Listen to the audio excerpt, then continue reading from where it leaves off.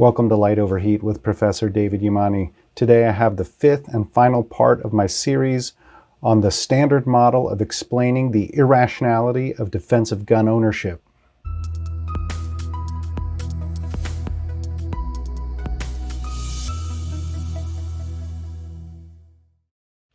As a quick recap of how we got here, the standard model accepts the existence of the contemporary defensive gun culture that I call gun culture 2.0.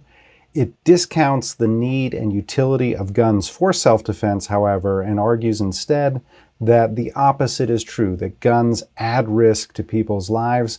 Therefore, in point 4, defensive gun ownership is irrational, which brings us to today's point 5, that something else must be driving or motivating gun ownership. And here I begin with an underappreciated book, but one that's on my top 10 list of books on guns in America, William Tanso's Guns and Society. And he noticed, even when he was writing decades ago, that guns were viewed as an anachronism in contemporary American society. And the historian Richard Hofstadter, who probably coined the phrase gun culture, actually was one of the main proponents of this view that guns are an anachronism. So if guns are an anachronism in contemporary American society, that means they must be serving as a prop for something. So in contemporary American society, guns are just a prop or a pretense, or we could say a rationalization, not a rational response to the contemporary situation. This leads social scientists trying to understand why Gun Culture 2.0 exists to try to understand what is actually motivating defensive gun ownership. So they go in search of this something else that is truly motivating defensive gun ownership, since it's not a rational decision. Now, within the social sciences, sociologists and political scientists see this a bit differently than psychologists do. I'm a sociologist, so I'm a little more comfortable with that line of thinking. But basically, when sociologists try to understand the something else that's actually motivating defensive gun ownership, they look to what we can think of as sociology's Holy Trinity of class, gender, and race.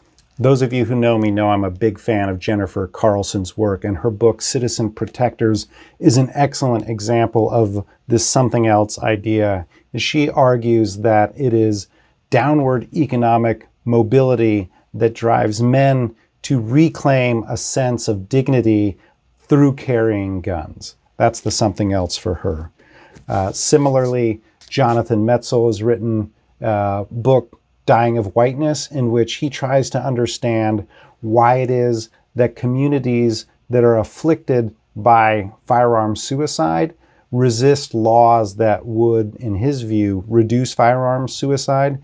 And he traces that attachment to firearms to racial resentment.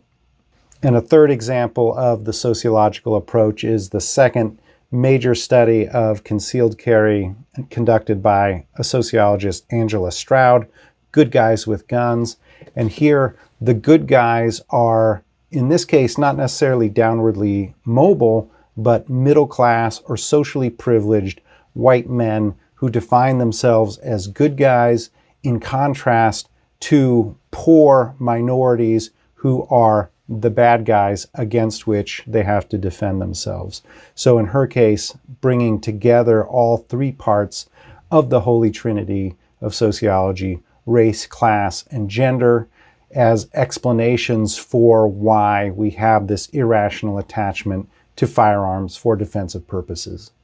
Now, I am admittedly not as strong on the psychological side of the social science equation, but here I want to focus on two articles in particular that seem to really fit the standard model, including one by Wolfgang Strobe and his colleagues called Is It a Dangerous World Out There? And Strobe and colleagues write, there appears to be little relationship between subjective and objective risk, which makes it difficult to understand the widespread need for guns for protection and self-defense. So people don't have a need for guns for self-defense. Instead, there's some psychological mechanism, a coping mechanism that's at play that's driving defensive gun ownership. That's the something else. So Strobe writes, it's people's perceived risk, not their objective risk of attack, that explains their need to own a gun for self-defense. And what drives that perceived risk? The need for protection or self-defense is driven by more than just a specific threat, the perceived risk of lifetime assault victimization, but also by a diffuse threat emanating from the belief that the world is a dangerous and unpredictable place. And now, this actually seems similar to some of the things I hear when I talk to defensive gun owners.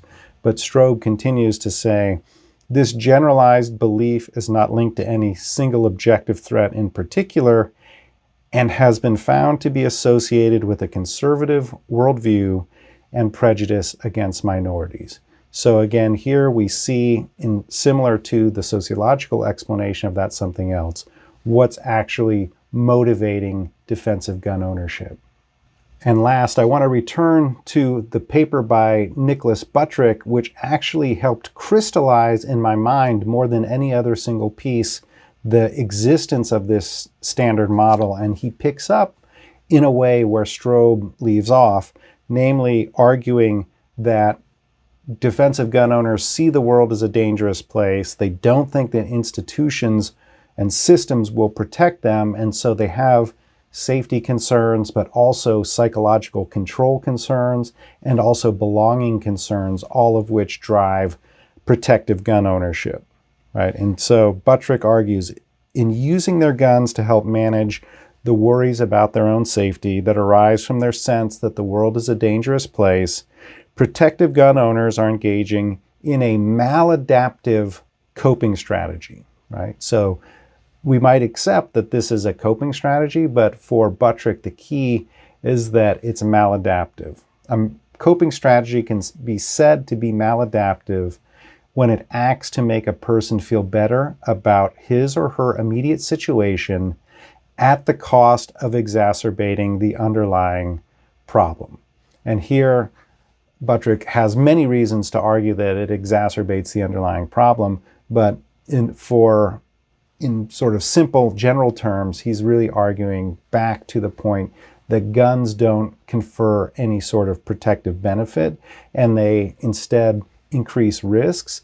Carrying a gun doesn't reduce the likelihood of victimization. It doesn't make the world a safer place, and therefore it is a coping mechanism, to be sure, but it's maladaptive, or I would say in the language of the standard model, it's irrational. Now, I'm going to be presenting this model to a small group of scholars at a closed workshop at St. Anselm College in Manchester, New Hampshire this weekend. And in my next video, I'll report back on how this work was received. In the meantime, please, as always, continue to leave your questions and comments. I always enjoy receiving those.